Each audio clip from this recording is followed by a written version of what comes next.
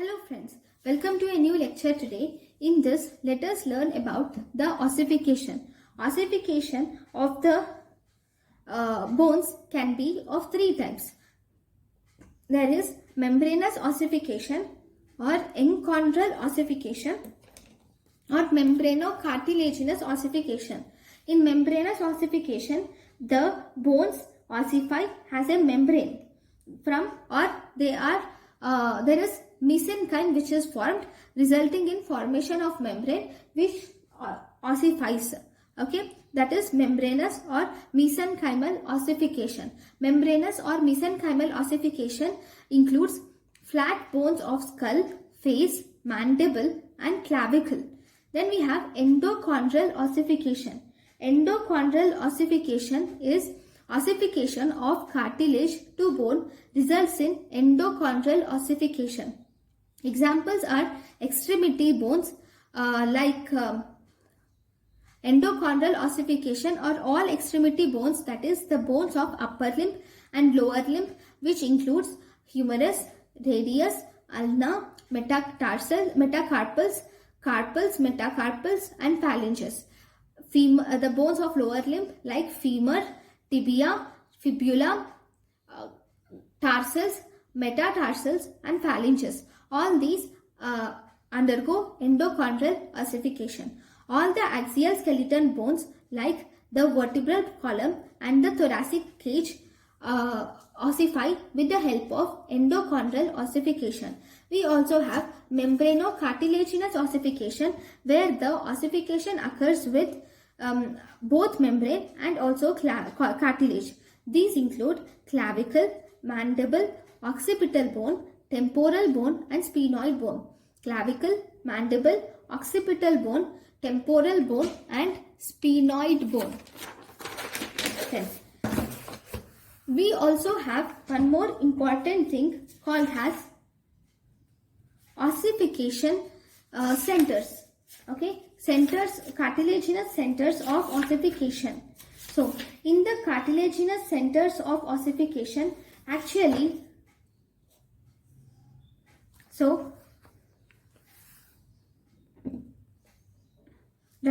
ossification that is cartilaginous ossification occurs with the help of both primary centers of ossification and secondary centers of ossification. Primary center of ossification appear before birth, that is around 6th week of intrauterine life. These primary centers of ossification occur before life in 6th to 8th week of intrauterine life.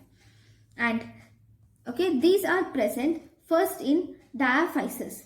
Then the secondary center of ossification is mainly present in the epiphysis and it actually occurs after birth. They appear after birth. Especially many of these secondary centers of ossification appear in puberty also. Okay, the primary center of ossification forms diaphysis and the secondary center of ossification forms the epiphysis. Now, this formation of bone is complete by 25 years of age. After 25 years of age, no more bone forms. So, 25 years of age, bone formation is complete by 25 years of age. Bone formation is complete by 25 years of age. Now, if you see the growth of the long bone, okay, this is the diagram which I have drawn for growth of long bone, right? Here, this is the cartilage, okay, and in this cartilage, we have a small central part which is the calcified cartilage, okay. Now, here, this is the periosteal collar. Now, this is the primary ossification center which is formed in the diaphysis, and this results in the formation of diaphysis. Primary ossification center forms diaphysis. This occurs in 6th week of intrauterine life. Then after birth, there is formation of secondary ossification center resulting in formation of epiphysis. where the bone is laid down in the epiphysis, resulting in enchondral or cartilaginous ossification. Then, as the age increases, the secondary ossification secondary ossification ossifies the whole epiphysis, whereas the primary ossification ossifies the whole diaphysis. A small cartilaginous part is left between the epiphysis and diaphysis, which is called as epiphyseal cartilage or growth plate. This is the part where the actual growth of bone or laying down of bone by osteoblasts occurs at the growth plate or epiphyseal cartilage. Then, slowly after attaining puberty, this epiphyseal cartilage also fuses. That is, the epiphysis and diaphysis also fuses, resulting in complete formation of mature long bone. This whole formation of bone is complete by the age of 25 years. Then, as I have said, the ossification centers, the primary ossification centers are present before birth. They appear before birth in intrauterine life, especially in the 8th or 6th to 8th week of intrauterine life. But secondary ossification centers actually occur after our birth. Okay, most probably they can even occur in puberty. But there are few secondary ossification centers which occur prenatally or during their embryonic life. Okay, those include secondary ossification centers which appear in intrauterine life are diaphysis of long bones. Then, okay, this is the primary ossification center anyways. This is nothing but primary ossification center. Other ossification centers are ossification center of skull bones, vertebral column, ribs, sternum, talus, talus, calcaneum and cuboid. Talus, calcaneum and cuboid appear before birth. Okay, secondary ossification centers of talus, calcaneum and cuboid occur after birth. Okay, so this is secondary ossification centers. Next we have growing ends of the bone. What are the growing ends of the bone? Growing ends of upper limb include upper end of humerus and lower end of radius and ulna. Growing ends of the lower limb include lower end of femur and upper end of tibia are the growing ends of lower limb. Okay. So if you see, we have nutrient arteries. Okay, so we will see the arterial supply. Before we go into the nutrient artery first, we will see the arterial supply. Okay, arterial supply occurs with the help of 4 different arteries. Okay, let me write here. For arterial supply of the bones, it is by 4 arteries. We have nutrient artery. Okay, then we have periosteal arteries, epiphyseal arteries and metaphyseal arteries. We have nutrient artery, periosteal artery, epiphyseal artery and metaphyseal arteries. Okay, nutrient artery. If you see these nutrient arteries, I will show you the picture which is already drawn. Yes, this is the nutrient artery which enters the shaft and then runs obliquely through the cortex, and then it divides into an ascending branch and a descending branches in the medullary cavity. Now each branch again divides into many parallel channels which terminate in the metaphysis by anastomosing with the epiphyseal arteries and the metaphyseal arteries, and also periosteal arteries also. They will anastomose with epiphyseal artery, metaphyseal artery and periosteal artery. Now this nutrient artery supplies the, if you see, this nutrient artery will supply the medullary cavity. Okay, it will supply the medullary cavity, and it will supply the inner 2/3 of cortex and metaphysis. Okay, it supplies the medullary cavity, inner 2/3 of cortex and metaphysis. The nutrient artery is directed away from the growing end of the bone. It is directed away from the, see, this nutrient artery is directed away from the growing end of the bone, and their directions are indicated as, see, the growing, as I have already told you, the growing end of upper limb is the upper end of humerus and lower end of radius and ulna. Now they grow opposite or away. This nutrient artery,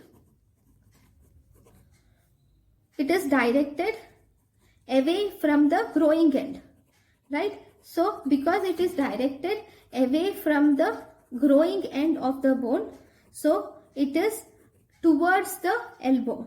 Okay, and in the lower end, the growing end, in the lower limb, the growing end of bone include the lower end of femur and the upper end of tibia and fibula.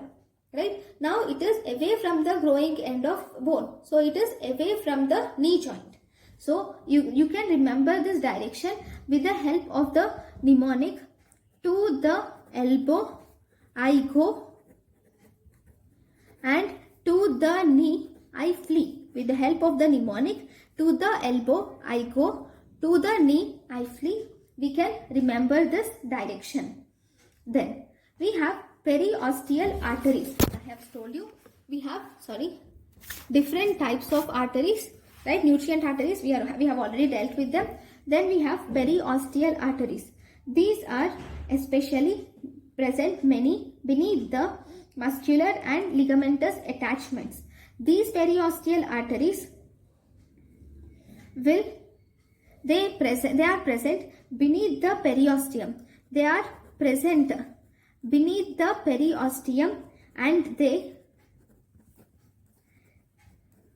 enter the Volkmann's canal.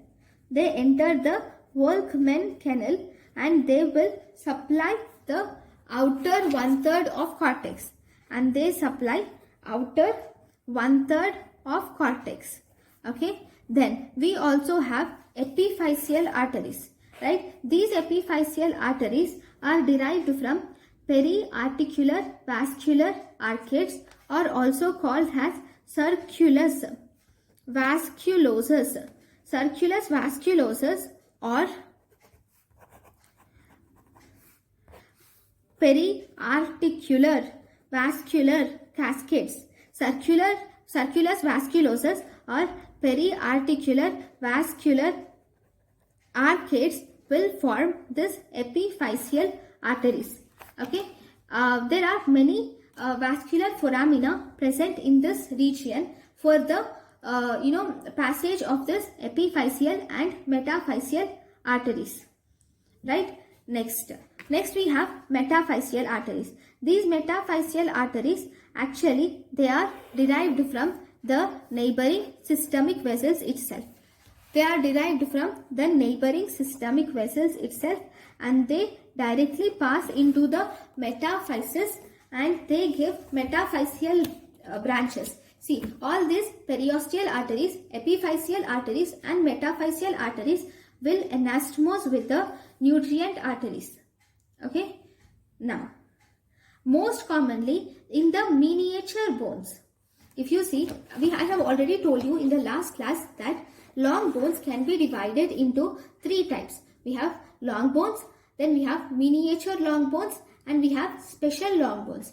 In miniature long bones, there is only one epiphysis. In the special or modified long bones, there is no medullary cavity, like example clavicle, right? But in miniature long bones, because it is present, see, in miniature long bones, I'll just draw the diagram also, just a minute. In the miniature long bones, there is only one epiphysis, and there is metaphysis and diaphysis. So in miniature long bones, the infection starts or begins in the middle of the shaft. Normally, the infection begins in the metaphysis. Why? The infection begins in the metaphysis normally because if you see among the whole blood supply of the bone, the area where there is maximum blood supply is this metaphysis. Because the metaphysis has maximum blood supply, right? So this metaphysis is the most common site of infection, right? So, but in miniature long bones, if you see, the shaft, middle of the shaft is the most common site of infection. Why?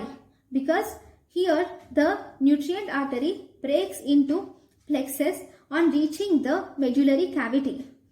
So because of that, there is increased chances of infection in the middle of the shaft. Okay, so this is about the arterial supply and also the ossification of the bones. Thank you guys for watching my lecture.